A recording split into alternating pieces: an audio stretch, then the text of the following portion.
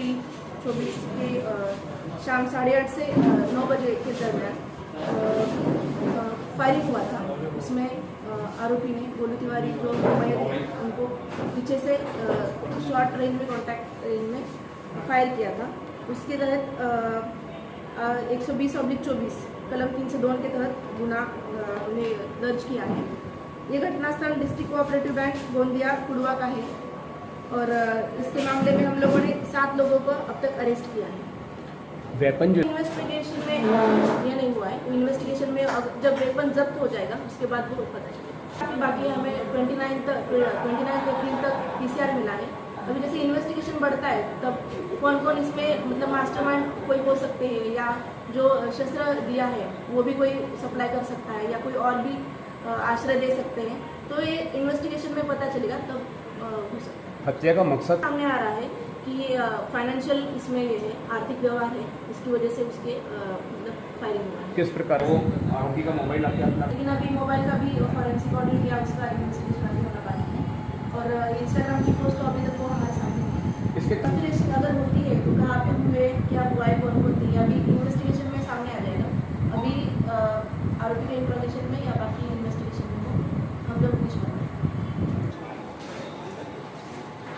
ठाणेच्या केल्यानंतर जे आपल्या फिर्याद जो मयत आहे त्यांचे बंधू आपल्या याची फिर्यादी राहुल तिवारी यांनी ह्यांच्या फिर्यादीनुसार आपण 120/2023 कलम 120 कलम 302 34 आर्म्स ॲक्ट कलम 325 आणि सहकलम 37(1) 135 मुंबई पोलीस कायदा याप्रमाणे आपण गुन्हा दाखल केलेला आहे सकाळी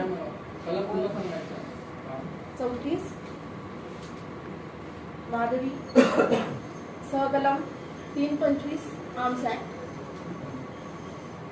सहकलम 37(1) व 135 महाराष्ट्र पोलीस कायदा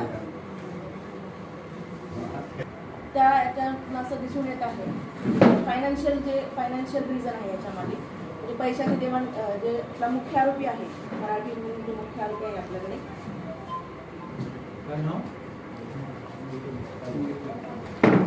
तर यात मोहित मराठे आणि जे मयत आहेत त्यांचं पैशाच्या देवाणघेवाणवरून वाद होता। यापूर्वी एक काही भांडण झालं होतं त्यांचे फाइनेंशियल आर्थिक व्यवहार फिरियादी है उन्होंने अपने फिरियाद में दिया है कि 2012 को एक गुना दाखिल था उसमें जो हमारे मयत थे वो आरोपी थे और जो आरोपी है उनके भाई का मर्डर हुआ है। धर्म इन्होंने गुना कबूल किए क्या जिनको पकड़ेंगे? उन्होंने गुना अभी वो चल रहा है उनका मतलब पुरावा मिला है उनके खिलाफ। अभी उनका इन्वेस्टिगेशन चल रहा है। मुख्य आरोपी मोहित दिलीप मराठे वय 36 वर्ष संजय नगर बंटी शंकर तावडे वय 42 वर्ष राहणार दसपुरी। इनको बंदूक किसने अरे पहले नाम हीरो शंकर दावणे हीरो शंकर दावणे वय 42 वर्ष राहणार दसपुरी गोंदिया। 4 नंबरला आहेत शिवानंद उर्फ सुजल सदानंद भेलावे वय 19 वर्ष राहणार कृष्णपुरावर। शिवानंद उर्फ सुजल वय 21 वर्ष राहणार गिरोला पांढरागोडी गोंदिया। 21 वर्ष हितेश उर्फ सोंटू संजय खोब्रागडे वय 23 वर्ष राहणार कस्तुरबा वार्ड कचरामुला।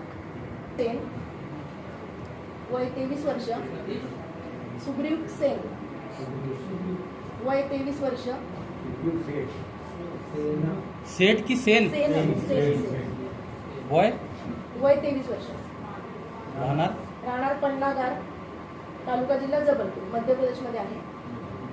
आपल्याला आता हे सगळे म्हणजे कॉन्स्पिरेसी कशी आहे कुठे भेटली असेल हिरो दावणे आणि राजेंद्र दावणे गोंदियामधूनच आणि उरलेले जे आरोपी आहेत त्यांना आपण देवरीमधून ताब्यात घेतलेलं आहे. तर जप्त नाही केली आहे. आपल्याला आता तपासामध्ये मैडम जैसे कितनी मिली? पिस्टल भी बरामद हुई है। पिस्टल अपन अभी तक नहीं बना खाली कारतूस कैरिंग हुई है? एक ही फायर हुआ है. एक ही फायर?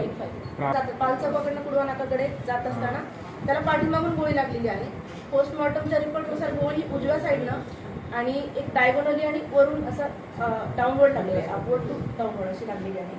पण नक्की फायरिंग कोणी केलं त्यावेळेला तिथे कोण होते हे आपल्याला तपासात निष्पन्न होईल. कितनी फायर मतलब जो हमारा क्रिमिनल ये है गोंदिया का, इसके मतलब जड़ कहाँ पे है ये हमें देखना चाहिए. इस अंक में फिलहाल इतना ही. इसी तरह की खबरों को देखने के लिए बने रहिए हमारे चैनल G9 विदर्भ न्यूज के साथ.